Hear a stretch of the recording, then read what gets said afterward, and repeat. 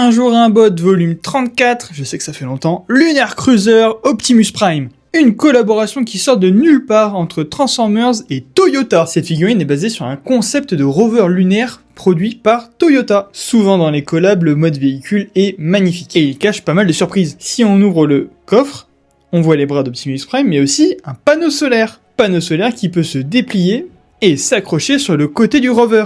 Ainsi, on complète le look du rover et le mode véhicule est trop cool. C'est une bonne bricasse, y a rien qui bouge, tout est nickel. Parfait.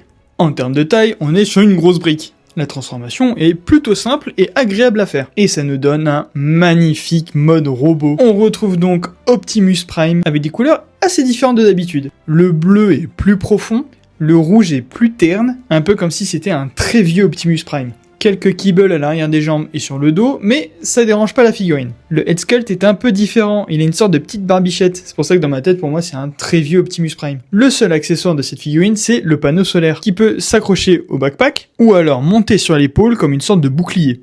Et oui, pas d'armes, c'est une collaboration pacifique. Niveau taille, on est sur un grand voyageur, petit leader, ce qui lui permet de ne pas faire tâche sur une étagère. Maintenant qu'on a vu le look, comment il pose ?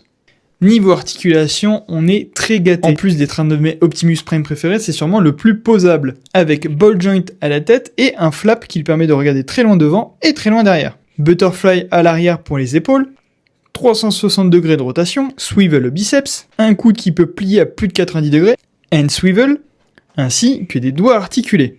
Waist swivel un peu contraint par le backpack, et ensuite on a une articulation qu'on n'a pas souvent chez un Transformers, on a un nap crunch. Et un nap crunch qui peut aller très loin devant. Et il est aussi très solide, donc ça en fait une vraie articulation. S'il peut crunch en avant, il peut crunch aussi en arrière. Articulation qui donne énormément de possibilités pour cette figurine. La jambe peut kick très loin devant, mais pas très loin derrière à cause de l'endroit où est placé le pivot. Il peut faire un full split. Le genou peut plier à plus de 90 degrés. Il y a même des détails qui apparaissent quand on plie le genou. Ça, c'est vraiment cool. Un pivot au niveau du pied du futur. Et il peut même kick devant et derrière. C'est sûrement le Optimus le plus articulé que j'ai de toute ma collection. Et c'est marrant de se dire que c'est pour une collaboration obscure avec Toyota. On peut peut-être lui reprocher son manque d'accessoires, mais comme il est Chug Scale, il est compatible avec tous les accessoires possibles. Une collaboration obscure de 2024, j'en ai pas entendu beaucoup parler, et c'est bien dommage parce que cette figurine, elle est incroyable. Si vous pouvez vous le procurer, foncez, c'est une figurine incroyable pour son originalité et sa posabilité. On n'oublie pas de s'abonner et de liker. À la prochaine!